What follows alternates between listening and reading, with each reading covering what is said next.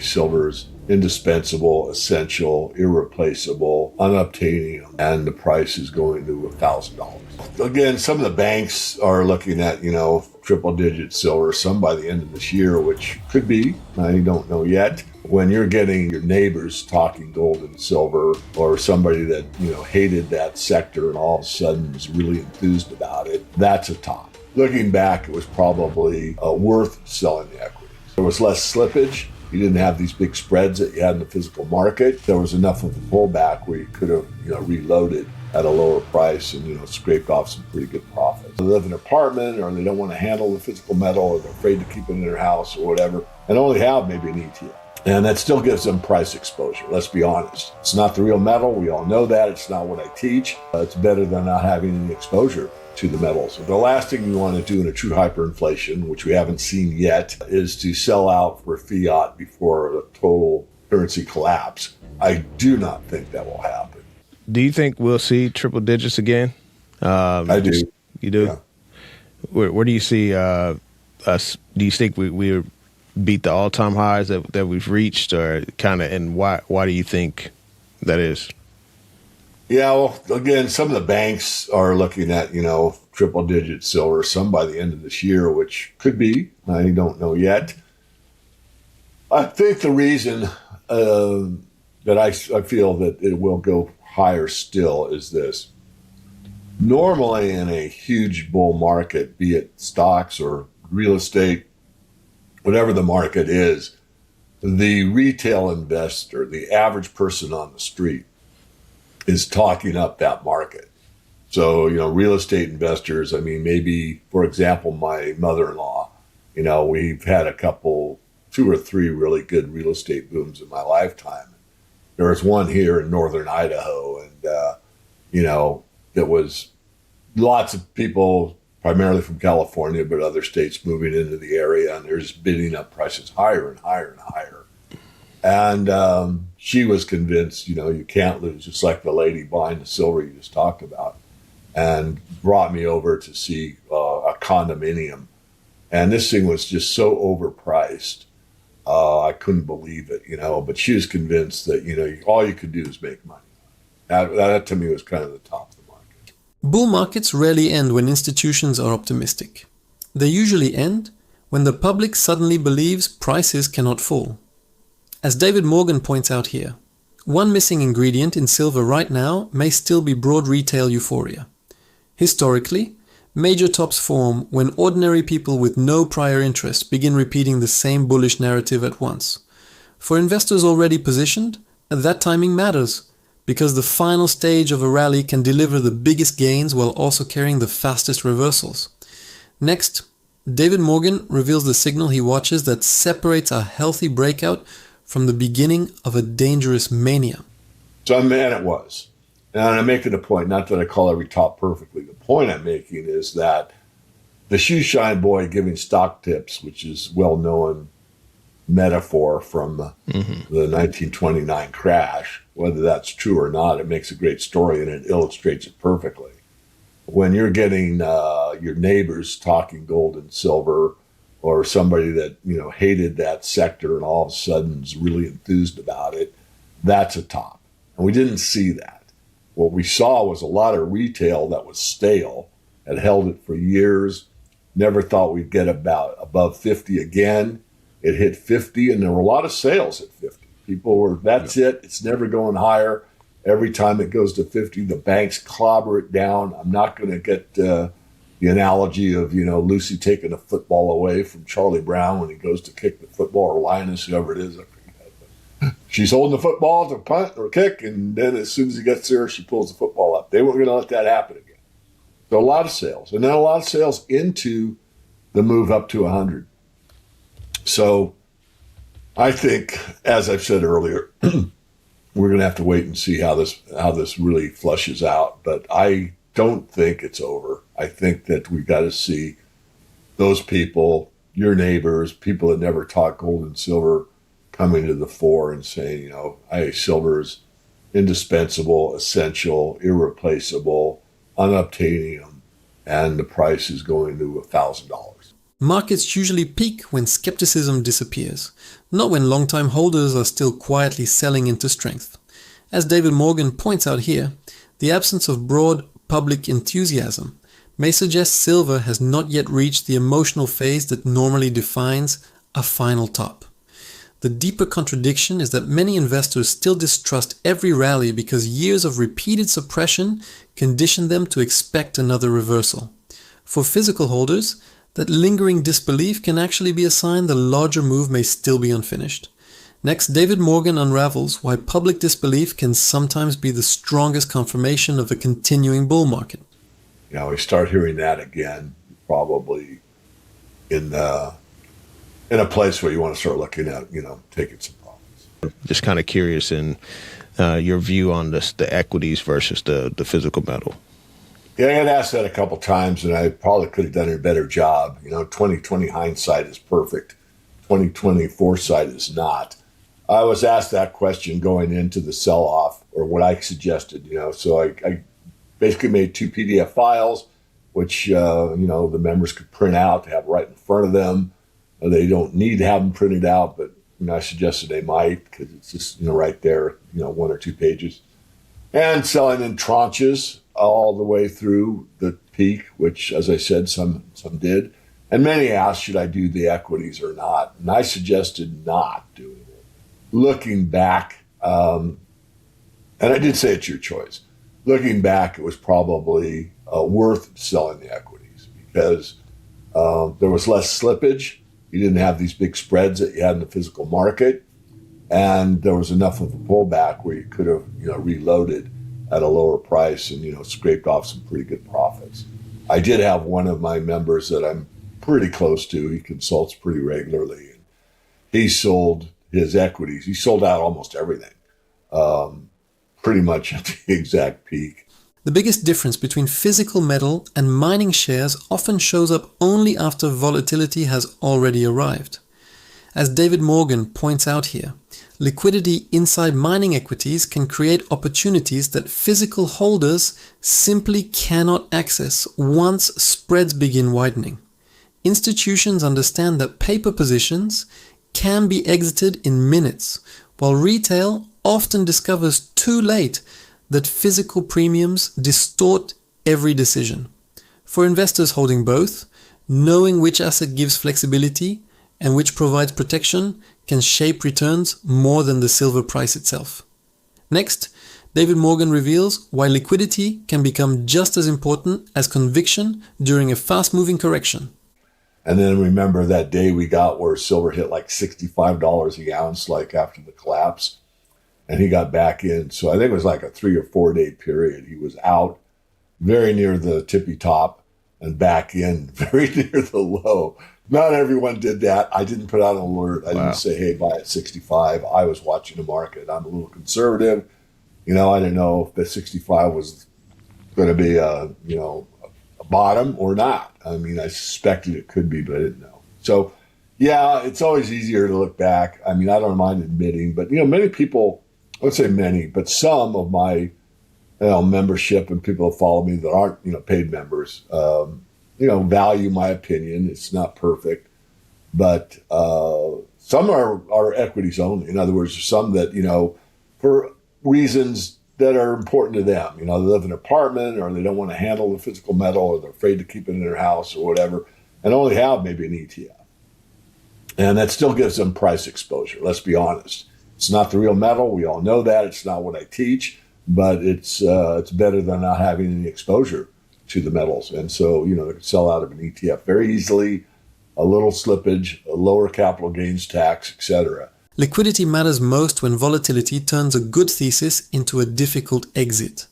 As David Morgan points out here, investors using ETFs can react within minutes, while physical holders often face widening spreads just as the market becomes unstable. That difference rarely matters during calm periods, but it becomes critical when sharp price swings force fast decisions. Institutions understand that flexibility itself can become a form of protection when sentiment shifts suddenly. For metals investors, the structure of what you own can matter as much as the metal itself. Next, David Morgan reveals why convenience in a crisis can quietly outweigh conviction during a violent silver correction. So there were some of those as well. So, I can be somewhat happy that I, had the foresight ahead of time to scale out into strength. On the other hand, if I had to do it over again, I would have said, either or both. You could do the real metal, the equities, both of them, one of them, your choice. And I was always asking or suggesting, I should say, partial profits. The last thing you want to do in a true hyperinflation, which we haven't seen yet, I add the word yet, it's possible, is to sell out for fiat before a total currency collapse. I do not think that will happen. I really, really doubt it. I think the chances of the dollar being worthless is almost impossible. But that doesn't mean that we couldn't get in that trend that's the dollar is diving so quickly. In other words, it's losing purchasing power so rapidly that people project that it's going to zero. And the market acts accordingly. And that's a time to definitely start looking at, what to move if the metals get overvalued, what to move those profits into. Will it be oil again? Will it still be undervalued relative to metals? Will it be real estate? Will it be the stock market? I don't know what this is. I came to the conclusion that we could be, I don't say would be, we could be in that type of a situation. Many investors focus on when to buy metals, but very few build a plan for what comes after a major repricing. As David Morgan points out here, taking partial profits is not abandoning the thesis, but protecting purchasing power before market psychology shifts. The larger risk appears when investors hold too long into a monetary panic and then exchange real assets for a weakening currency at the wrong moment. That kind of timing error can undo years of disciplined accumulation. Next, David Morgan exposes why knowing what to rotate into may become more important than knowing when to sell. I mean, so many depend upon a high stock market, not only in the United States, but basically globally. Of course, it's more prominent in the U.S. because of the pension fund program and government securities, the debt markets. Everything's focused on how well the economy's doing, which the economy is separate from the stock market, but most people equate them as being the same thing, and they are not. Yeah. But nonetheless, the idea that, the stock market's making new highs, we must be doing good. I guess it's just me that's, feeling the pinch, but, hey, at least my 401k's looking good. Or, yeah, I'm not feeling that poor. The S&P just hit it. I moved my savings plan into a index fund for the S&P 500. So on and on it goes. So I've revised my thoughts on it. I think we could get to a point where the market just keeps going higher and higher. But in terms of gold, as you mentioned earlier, thank you for doing that, Daryl, it's actually an invisible crash. It's going down, down, down relative to the gold market. And we saw that in the 70s. Jim Dines, that wrote one of the best financial newsletter, who was really instrumental in me getting into this business, wrote a book called The Invisible Crash. And even though we're seeing higher prices in the Dow, if you measured against gold, it was losing value. A rising stock market can hide a falling standard of living longer than most investors realize. As David Morgan points out here, nominal gains often look reassuring until they are measured against hard assets like gold instead of depreciating currency. That creates the illusion of prosperity, while purchasing power quietly erodes beneath the surface of retirement accounts. Many investors never notice the loss because headlines focus on index highs rather than what those gains can still buy. Next, David Morgan unravels why an invisible crash can feel safe right up until savers realize their wealth already shrank. Mm-hmm. Yeah, for sure. So any thoughts on bonds? Obviously, people say this is like the cornerstone of the U.S. financial market and such. And what is the bond market communicating? Curious your thoughts. Well, I've said several times that the bond market is the keys to the kingdom. I mean, there's nothing more important in the whole financial system than the bond markets. And primarily that means the US dollar system, which is, of course, T-bills, T-notes, and T-bonds. And those debt markets are what keep the whole world economy going. And of course, purportedly, they're the safest investments you can make is in the U.S. Treasury market, which is a false statement. All fiat has failed. So the idea that these bonds that can have value forever is preposterous. It's impossible. It's never happened. I don't think it'll happen this time, which means it'll have to be revalued at some point. And we're already seeing that. We're seeing, lots of reasons and lots of opportunities to get out of the debt markets. You look at how much money's moved out of the U.S. Treasuries into gold, for example, for central banks. You look at the cryptocurrency market, which is something that's much different than the U.S. Treasury markets. And you see how much transactions on a global basis is done U.S. dollar-wise versus alternatives. And in all cases, you're seeing less and less prestige in the U.S. dollar, cash or otherwise, debts, bonds. The safest asset in the system can become the most dangerous once confidence starts leaving quietly. As David Morgan points out here, bond markets do not just reflect interest rates because they anchor the credibility of the entire dollar-based financial structure. When central banks steadily reduce treasury exposure while increasing gold reserves, the public narrative of safety begins to conflict with institutional behavior.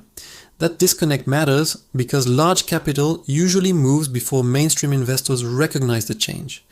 Next, David Morgan reveals why the bond market may be signaling a deeper monetary shift that most retail investors still cannot see. So it's coming down, down, down, and there will probably be a point sometime where those debts are rolled over in one way, shape, or form into a new system.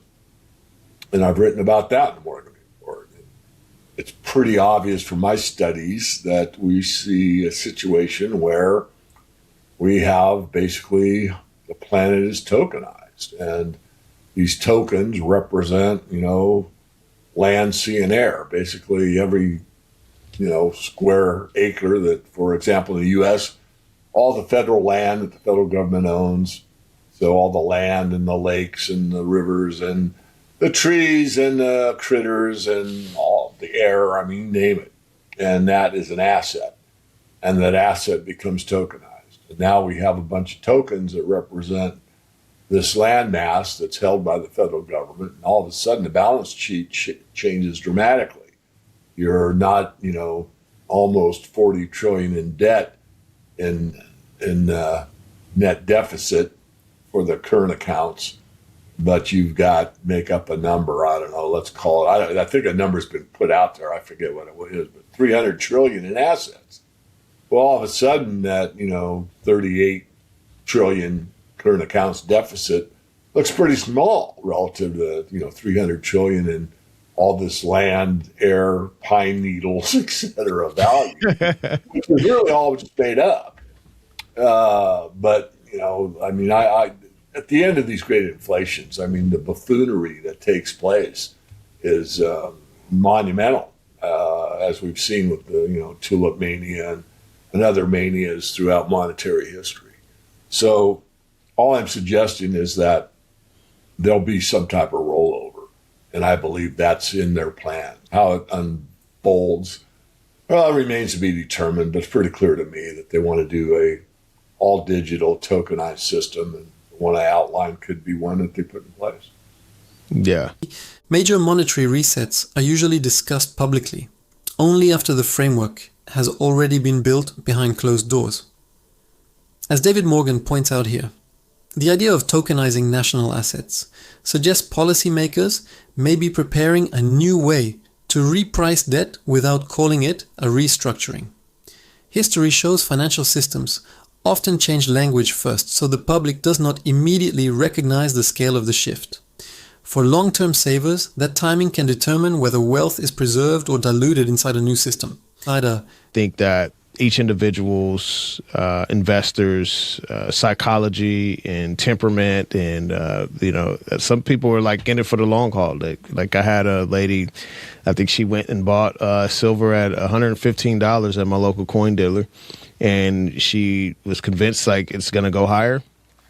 Over the weekend, we had the crash down, and then my coin dealer said she had gave him a check, and so he had to call her the next week and say, hey, sorry, I don't know if you knew, but the metals prices crashed and such, and he had to pretty much cash the check. And so, but she just didn't seem fazed by it. She seemed like, oh, well, she felt like, it's going to go higher, and that was her conviction. Right. And so even though like it was an opportunity to like take some profits off the table, and more seasoned investors who can kind of like, look at markets, tell when markets are overheated, take some profits, buy when the sentiment's more lower or whatnot, they're able to do that. But you do have some of the people that are just like, hey, I just know that this is going to be higher measured in dollars in the future. Well, I think she's correct, but time will tell on that. The most expensive mistakes in silver usually happen when conviction replaces discipline at exactly the wrong moment. As David Morgan points out here, experienced investors understand that preserving capital often matters more than proving a long-term thesis right in the short term. What stands out is how retail buyers often treat every dip as validation, while seasoned money quietly treats overheated moves as a chance to reduce exposure. For physical holders, that difference can mean protecting years of purchasing power instead of watching gains evaporate during one violent correction. Next, David Morgan reveals why emotional conviction can sometimes become the biggest hidden risk in a bull market. I just had a $100 silver party in Las Vegas. I'd promised my membership that if we hit $100 silver, I would throw a party, and I did. And it was interesting because I had to put all the logistics together before silver got to 100. So I had to anticipate that it would. And if it didn't, and it hit, let's say 85 as an example, I was just going to have the party anyway, because there's a lot of moving parts to put together something like that. But anyway, it did. It went over 100, as you know.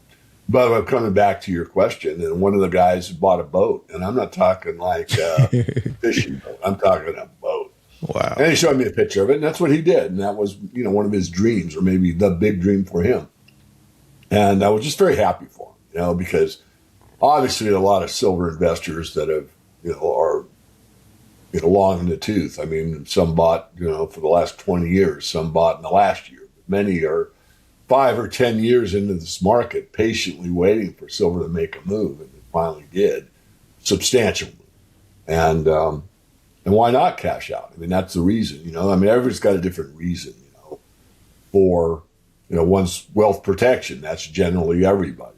But, people have dreams of houses, boats, college educations, charity, whatever. So there's a lot of reasons to protect your wealth and then have options once you have your, wealth intact, what to do with it. Hitting a major silver target can feel like validation, but that is often where discipline becomes harder than patience. As David Morgan points out here, many investors spend years preparing for higher prices without ever preparing for the decisions those higher prices force. The contradiction is that most people say they want wealth preservation, yet many never build a plan for converting paper gains into real-life security. For long-term holders, the difference between a dream realized and an opportunity missed usually comes down to planning before emotion takes over. Next, David Morgan exposes why reaching your price target can create a completely different kind of financial risk.